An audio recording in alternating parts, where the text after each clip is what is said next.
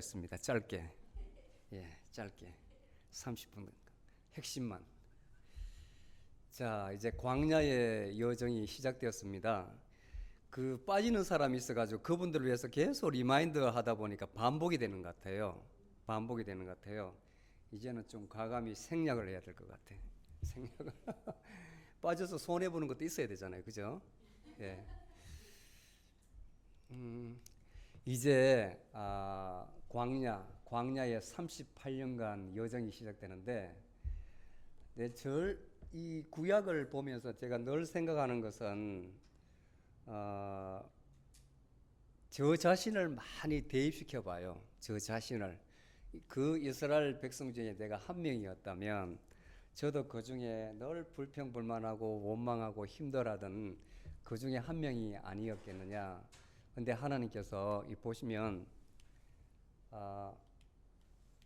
저기는 안 되네.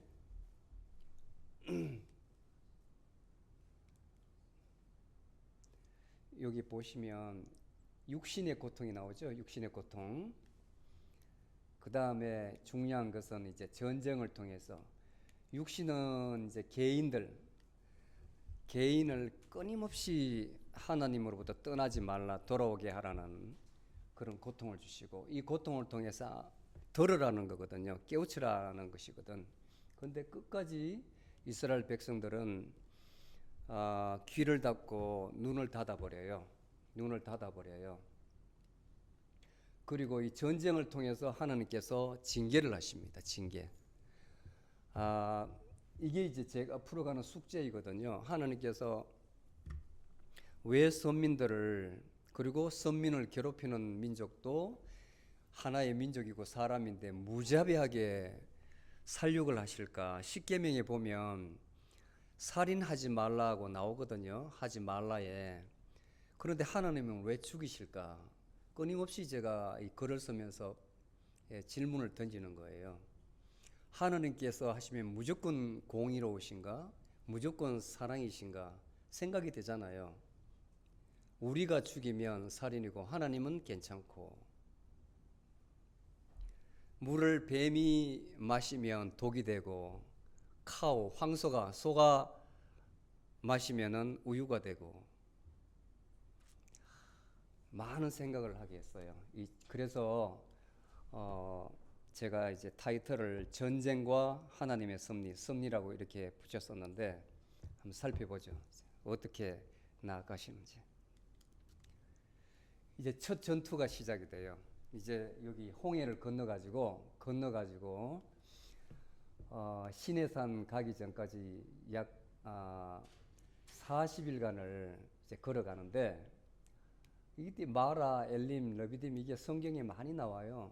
이때 건너자마자 이제 떼약빛이 내리쬐죠. 이 지역에 가면 완전히 사막이에요. 사막. 이스라엘 자체가, 땅 자체가 이렇게 노랗거든요. 황토옥처럼. 풀 한 포기도 없는 그런 곳이에요. 광야의 광야. 근데 여기는 지금 사우디아라비아인데 완전히 사막이거든요. 그다음 여기는 시나이 반도도 완전히 사막이고, 이런 곳에 떼약볕에 지금으로 말하면 100도가 훨씬 넘죠. 이런데 이제 일주일 딱 다니니까 목이 타고 죽을 지경인 거예요. 이 마라라는 곳에. 그래서 모세한테 막 원망을 하잖아요. 너 때문에 우리 다 죽게 생겼다. 돌아가야 한다. 왜 우리를 그 이집트 땅에 종살에게 놔두지 데리고 왔느냐. 완전 원망을 해요. 그 모세를 통해서 하나님께서 반석을 철화해서 물을 주신 것이 마라입니다. 마라. 썬물을 주신 머리바. 그 다음에 이제 이 러비딤으로 돌아오는데, 여기까지 이제 쭉 이제 걸어왔는데, 오후에 이제 복병을 만나요. 복병을 만나요. 여기 보세요. 이제 배경이 25일째가 되는 날에 이제 사막에서 유랑을 합니다. 이제 출애굽기 16장 3절에 보면 아까 조금 전에 말씀드린 그 내용이 나와요. 여기서 모세 너 때문에 우리 다 죽게 생겼다. 우리가 거기서 노예 생활을 했지만은 그래도 먹을 것 다 먹었는데 잠잘 곳도 있었는데 여기 광야에 우리 집이 어디 있느냐? 먹을 것이 어디 있느냐? 하나님께서 만나도 주시고 메추라기도 주시고 그리고 이제 러비딤에 여기 와서 이제 여기도 선물을 주셨고 러비딤에 머리바라는 곳이거든요. 단말로 반석에서 이제 물을 주셨어요. 예. 그런데 아직 시내산 도착하기 전입니다. 십계명을 받기 전에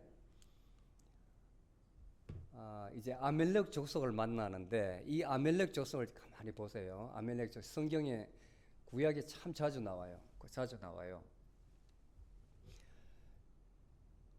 자, 이삭에게 아들이 두 명 있었죠. 아브라함의 아들 이삭에게 아들이 두 명 있었는데 야곱과 에스가 있었습니다. 에스가 형입니다. 근데 에스가 어디에 살았냐면 그 지금으로 말하면 시내 반도 그 사막에 살았거든요. 여기 나오네요. 지중해와 세일서 사이에 이제 유목 생활을 했었어요. 유목 생활. 근데 아멜렉은 에스의 가장 맞이 엘리바스와 그의 첩 딥나사에서 태어난 막내 아들이에요. 막내 아들. 아멜렉이라는 요 이름을 가진 막내 아들이에요. 막내 아들 이름이 아멜렉이에요. 그런데 이 아멜렉 족속이 페트라 지금의 사우디아라비아 일대에서 꼴짝이네 동굴 거기 가면 워낙 뜨거워가지고 안반이 그러니까 흙이 굳어가지고 진흙이 굳어가지고 계곡이 되었는데 거기에 구멍이 이렇게 많이 나 있어요. 그 동굴이라고 하는데 다윗도 사울의 그 추격을 피해가지고 도망 다닐 때 이 동굴에 들어갔거든요. 그래서 제가 저 현장을 다 가보니까 참 희한하게 생겼어요. 그 동굴에 무덤도 죽으면 사람 시체를 넣어놓고 그 다음에 사람도 목동도 양들을 풀어놓고 그 안에 가서 쉬고 그래요. 그늘을 피할 수 있는 유일한 곳이기 때문에 이 미국을 생각하면 되지 않아요. 그래서 주로 동굴에 거주를 하는 굉장히 호전적인 인물이었습니다. 이 아멜렉이. 그 다음 그림을 보면 자 여기가 시내산이 있고 여기가 러비딤인데 아멜렉이 요 일대에 사는 거예요. 요 일대에. 그런데 이 목동이었는데 그 중에 이제 몇몇 사람이 이스라엘 백성들이 여기를 건너가지고 막 떼거지로 한 200만 명이 여기 모여있단 말을 이제 전달한 거예요. 여기에. 그러니 이 인원이 어떻게 가느냐 일로 올라와가지고 가나안 땅으로 들어간다 하더라 말을 들으니까 여기 있는 족속들이 놀래버린 거예요. 말이 200만 명이지 대구 시민 전체가 250만 명 되죠. 그 많은 인원이 이 지역을 지나가면 갔다니 물도 부족한데 먹을 것도 부족한데 어떻게 되겠나요? 어떻게 되겠어요? 여러분들 집에 방이 3베드룸이고 화장실가 3개 있고 제한되어 있는데 만약에 한국에서 친구가 50명이 여러분들 집에 잔다고 해보세요. 얼마까지 버티겠어요? 예? 그냥 거실에서 자고 방에서 몇 명 자고 자면 되지 와라 이렇게 호쾌하게 이야기하는 사람도 있겠지만 걱정이 앞설 거 아니에요. 걱정이 누가 그러더라고요. 이 3주 전에 어떤 선교사님을 만났는데 그 선교사님이 목사였어요. 연세가 70대 중반이었는데 교회를 MD부 할 때 교회를 이제 시작한다고 집에 사람을 불러들여가 집에서 1년 동안 예배를 드렸대요. 80명을 데리고. 그러니까 집이 다 망가졌다고 이야기하더라고. 80명을 데리고 처음에는 적었겠죠. 늘어나가지고 집에서 예배를 드리니까 집이 다 망가지더라는 겁니다. 다 망가지더라고요. 자, 200만 명이 이 일대를 아멜렉 족속들이 거주하고 있는 이 지역을 지난다고 생각하니 가만히 있겠어요? 제가 마지막에 호전적이라고 이야기했잖아요.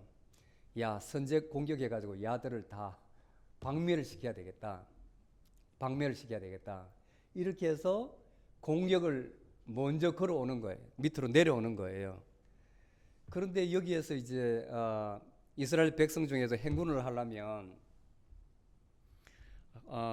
이때 르비딤에 있을 때에 제가 생략을 했지만 모세를 통해서 하나님께서 지혜를 주셔가지고 12지파별로 인원을 나눠가지고 행군 제대를 만들었습니다. 행군 제대를 그냥 무분별하게 막 걷는 것이 아니고 제대를 만들었어요. 제대를. 전초병이 보니까 새까맣게 뭐가 몰려오거든요. 그래서 모세에게 전달해서 누가 우리를 쳐들어온다, 우리를 무찌려고 한다. 그러니까 모세가 생각하기를 막아야 되겠다. 근데 하나님께서 이제 모세를 조정을 해요. 자, 이 산 일대에 이게 제대를 나눠 가지고 여기서 공격하는 무리가 가운데 들어오면 양쪽에서 포위를 해 가지고 공격하는 걸로. 쉽게 말하면 이제 포위 작전이죠. 포위 작전. 이스라엘에 가면은 우리는 벨리라 그러면 계곡이라 하면 뾰족하게 이렇게 돼가지고 나무도 많고 그게 물이 흐르는 곳으로 생각하잖아요. 계곡이라 그러면 그렇잖아요. 계곡에서 야영하다가 갑자기 폭우가 쏟아지면 많은 사람이 떠내려가고 죽었다는 그런 보도가 있는데 이쪽 지역에서 계곡이라는 것은 우리의 개념과 틀려요. 완전히 평원이에요. 평원. 평지라고요. 평지. 산이 야트막하게 있고 평지를 계곡이래요. 그러니까 거기는 곡창지대인데 전쟁하기에 아주 이상적인 지역입니다. 전쟁하기에 이렇게 들어오게 되는 거예요. 자, 이게 전쟁이 어떻게 되어 있냐면 참 어려운 내용인데 여기 보세요. 모세와 제사장인 아론이 있고 훌이라는 사람이 있습니다. 워낙 여기가 기동 속도가 빠르다 보니까 이렇게 돌아와가지고 치면은 막 밀리는 거예요. 양쪽으로 밀리는 거예요. 그래 모세가 이제 산에 올라가가지고 이렇게 산에 올라가서 바라보니까 도저히 게임이 되지 않아요. 여기는 종살이 하다가 쫓겨난 평범한 시민들이고 여기는 유목생활하는 족속이기 때문에 아예 게임이 되지 않아요. 그런데 성경에 보면 모세가 손을 들면 이스라엘이 유리하고 손을 내리면 아멜렉이 이기는 거예요. 손을 이렇게 들면 이스라엘이 이기고 내리면, 근데 사람인지라 계속 들고 있을 수 없잖아요. 아프면 내리면 밀리고 올리면 이상하죠. 그냥 생각을 해보세요. 그래서 이제 양옆에 있던 아론과 훌이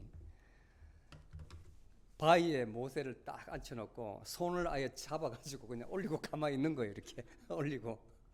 예?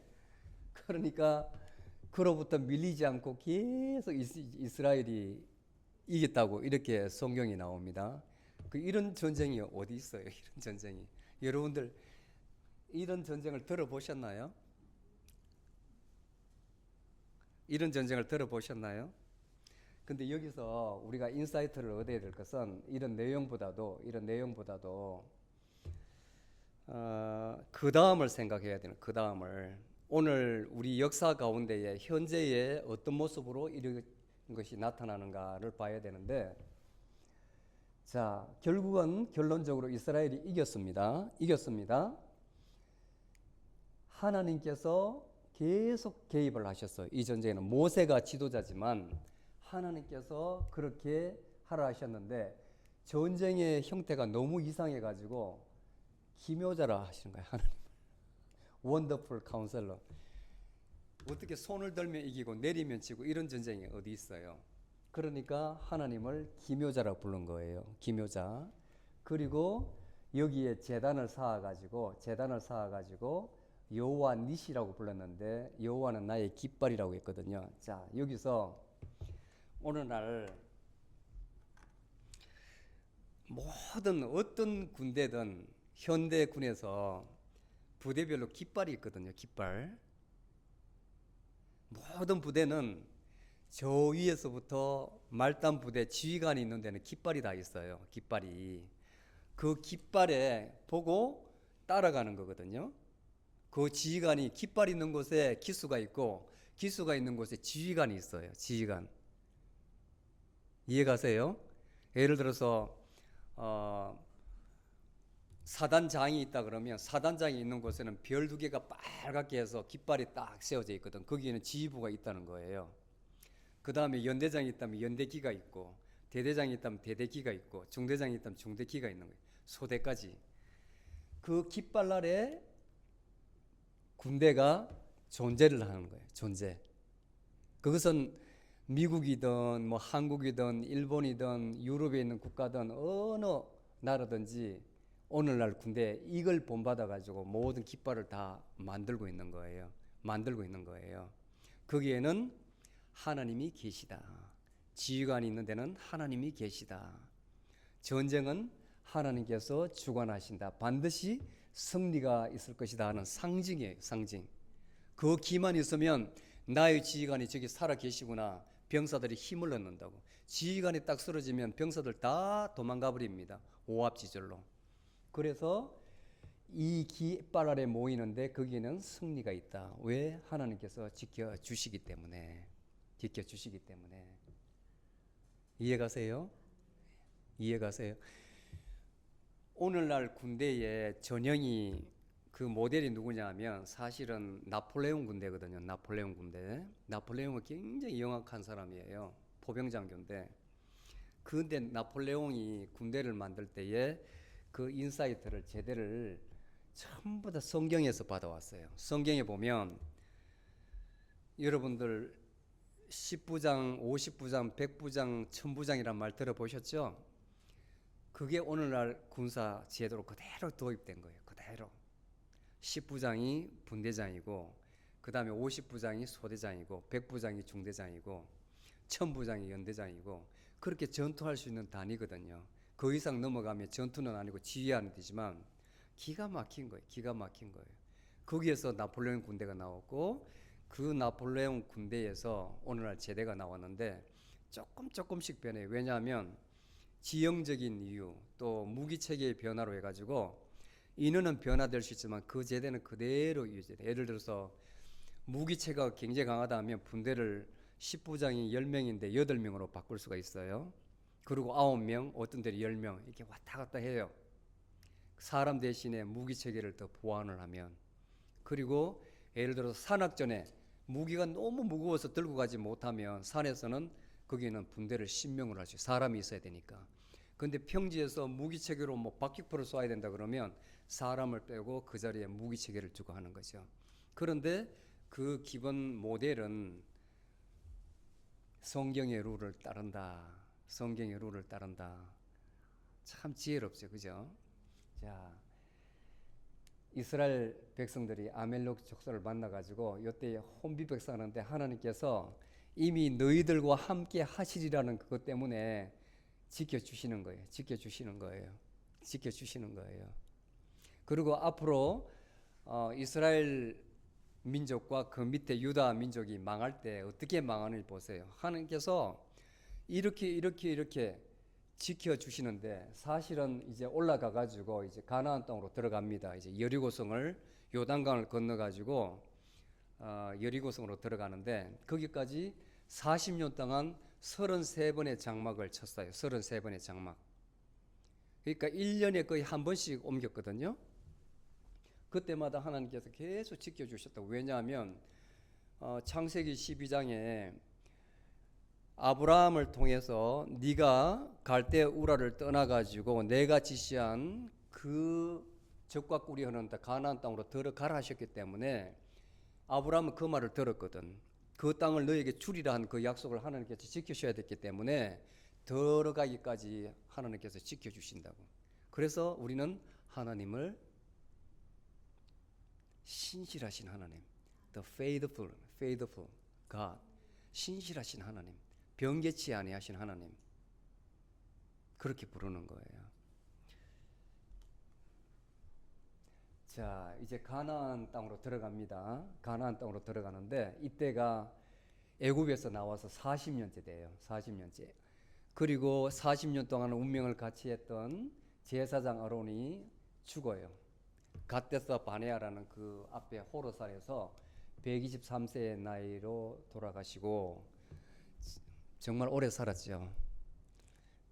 그래서 제가 권사님 지금으로부터 20년 더 사시라고 하시면 충분히 사실 거예요. 100살 넘게.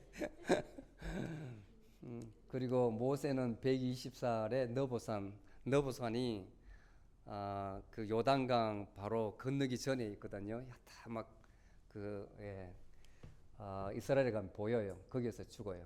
결국은 이제 징계를 받아가지고 가나안 땅 들어가지를 못하고, 그리고 여호수아라는 장군이 모세의 자리를 이어받아가지고 이스라엘의 영도자가 됩니다. 지도를 보면 지도가 있는지 모르겠네요. 지도를 보면 이 요단강이 저기 갈릴리 호수에서 사해로 쭉 이렇게 흘러요. 북쪽에서 남으로 쭉 흐르는데 이쪽에 이제 가나안 땅이고 여기가 모압 평원입니다. 모압 평원. 천신만고 그때 40년 만에 이제 모압 평원에 도착을 해서 있는데, 이 여호수아가 겁이 많았던 모양이에요. 계속 내가 지도자로서 우리 스승인 모세만큼 이 백성들을 내가 통솔할 수 있겠느냐. 왜냐하면 어린 나이부터 이스라엘 백성들을 봤거든요. 반역하는 이스라엘 백성을 봤는데 이 백성을 보니까 도저히 내가 리더할 수가 없어. 내 스승이 해도 그렇게 불평불만인데 나는 거기에 발톱에 정말 먹어봐도 못하는데 내가 자질이 되지 않는데 할 수 있을까 하는 염려가 굉장히 많은 거예요. 근데 하나님께서 여기에 보면 계속 격려를 하십니다. 강하고 담대하라, 두려워하지 말라, 내와 너와 함께함이라, 이렇게 계속 말씀을 하세요. 6장부터 9절까지. 그리고 이제 여리고성으로 들어갑니다. 여리고성 6장 2절에 보면 어떻게 여리고성을 점령하는가. 제가 이제 그림을 이렇게 그리지 않았는데 말씀으로 하자면 요단강을 이제 건너요. 요단강이 폭이 저기서 한 요 정도, 저기서 요 정도, 굉장히 좁아요. 물도 아주 더럽고 깨끗하진 않아요. 저기서 아마 요 끝까지 될 거예요. 요 끝까지. 그런데 깊이는 사람 키를 넘기 때문에 이때도 하나님께서 그 물을 마르게 하셔가지고 다 건너게 하셨거든요. 그리고 여리고, 지금도 여리고 있습니다. 현지 지명을 그대로 사용하고 있는데 가면 야자수, 그 다음에 데이트나무라고 야자수 같이 생겼는데 그 우리로 말하면 데이트가 뭐죠? 예? 대추인데 왕대추예요. 왕대추. 그 농사를 엄청 많이 짓고 마을이 형성되어 있어요. 거기에 실제로 있었습니다. 여리고성이 실제로 아주 큰 도시입니다. 큰 도시. 여기에 어떤 이제 전쟁이 벌어졌냐면 정탐꾼을 보내니까 도저히 점령할 수 없고 무너뜨릴 수 없고, 이미 이 사람들은 모압 평원에 이스라엘 민족이라는 아브라함의 후손들 이상한 민족이 들어와 있는데 구름과 같이, 정말 구름과 같이 보이지 않는 엄청난 많은 인원이 일로 넘어오려 그런다 소식을 들었어요. 듣고 나서 전쟁을 하기 위해서 식량과 물을 성 안에 엄청 비축을 해놨습니다. 그리고 문을 딱 잠가버리고 꼼짝을 안 하는 거예요. 꼼짝을. 그리고 여리고성을 지나야만 길갈로 통해 가지고 이제 예루살렘으로 들어갈 수가 있는데 여기를 통과하지 못하면 길이 하나밖에 없어 가지고 넘어갈 수가 없어요. 지금도 그래요. 외통수예요. 외통수. 그런데 하나님의 전쟁 방식은 하루에 한 번씩 여리고성을 뺑뺑 돌게 하잖아요. 그리고 마지막 날에 7일째에 트럼펫을 부니까 성이 완전히 무너져 가지고 그냥 점령되는, 그거 다 아시는 이야기잖아요. 그래서 점령을 하는 이야기가 이렇게 나와요. 그것도 하나님께서 여호수아를 통해서 가르쳐 줬어요. 그렇게 하라고. 여호수아가 한 것이 아닙니다. 그 다음에 넘어가 가지고 이제 아이성이라는 것이 있어요. 아이. 꼬마 아이가 아니고 이름이 아이예요. 아이. 이때에 이제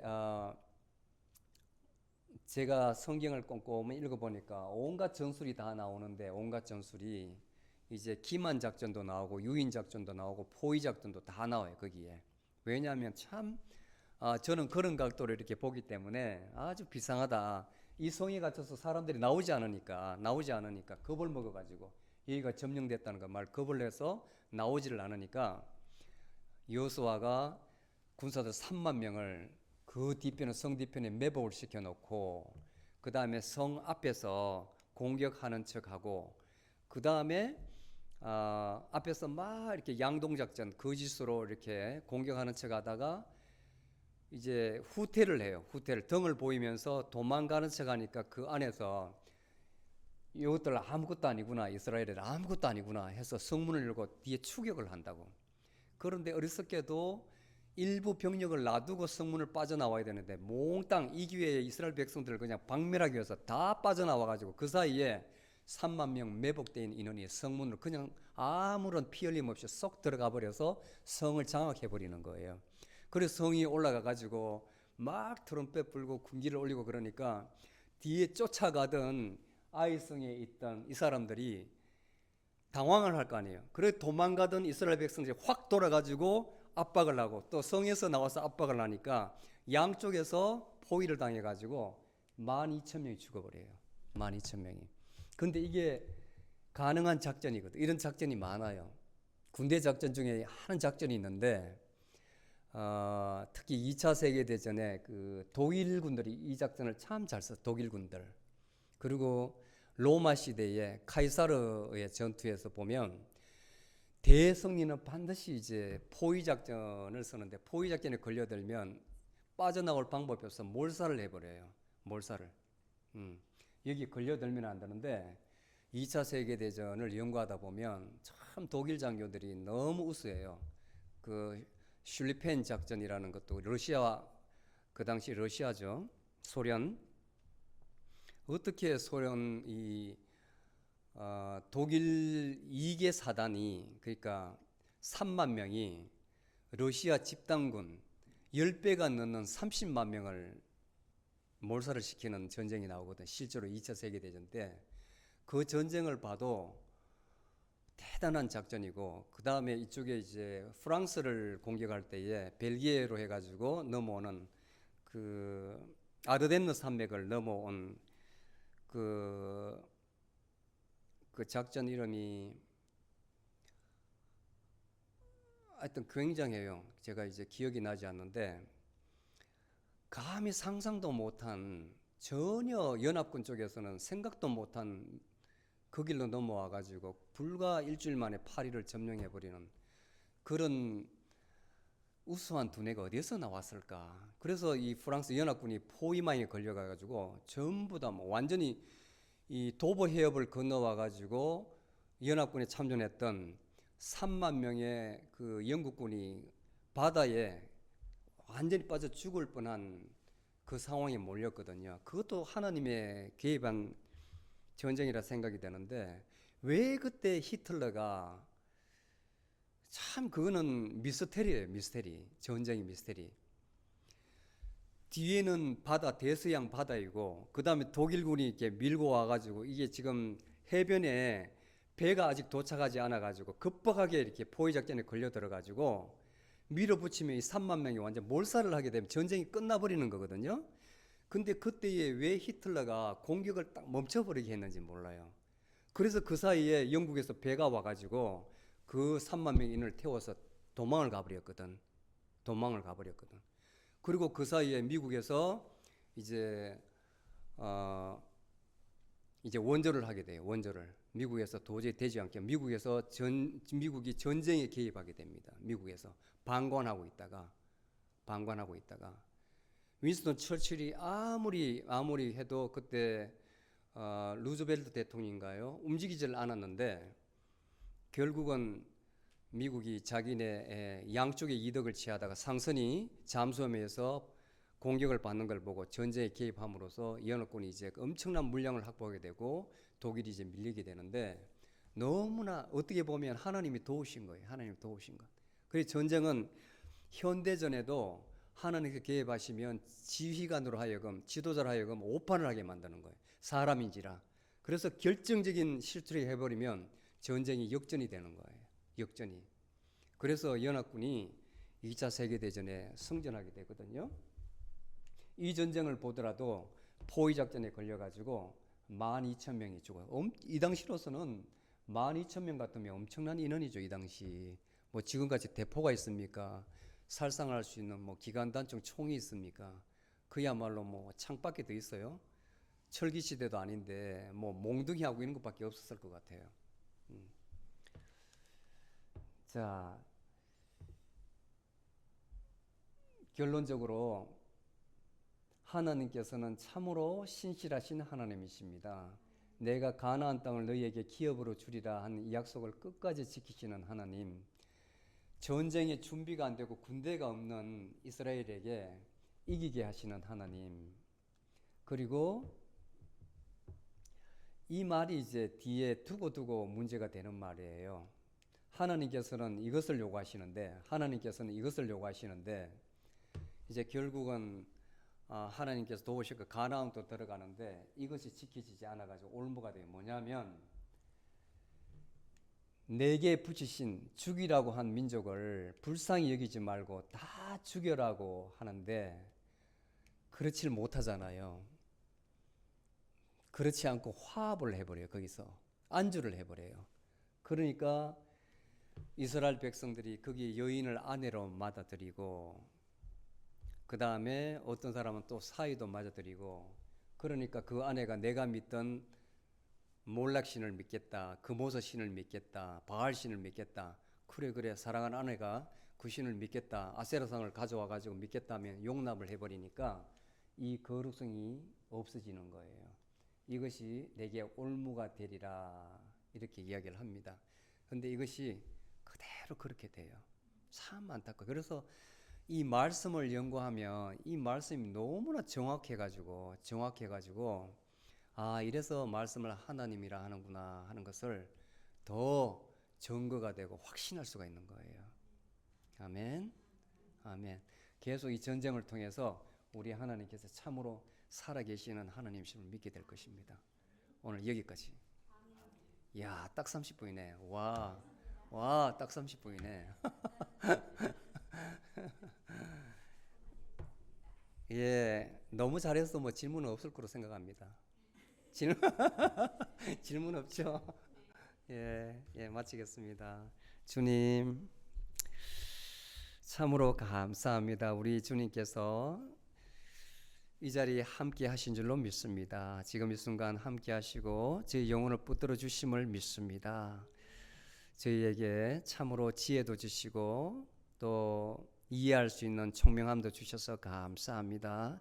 이 말씀이 말씀으로 끝나지 않고 우리 삶 속에서 늘 하나님을 경외하고 우리 하나님의 도우심을 받는 저희들이 되게 하여 주시옵소서. 그리하여 하나님의 자녀로서 이번 한 주간도 승리하게 하여 주시옵소서.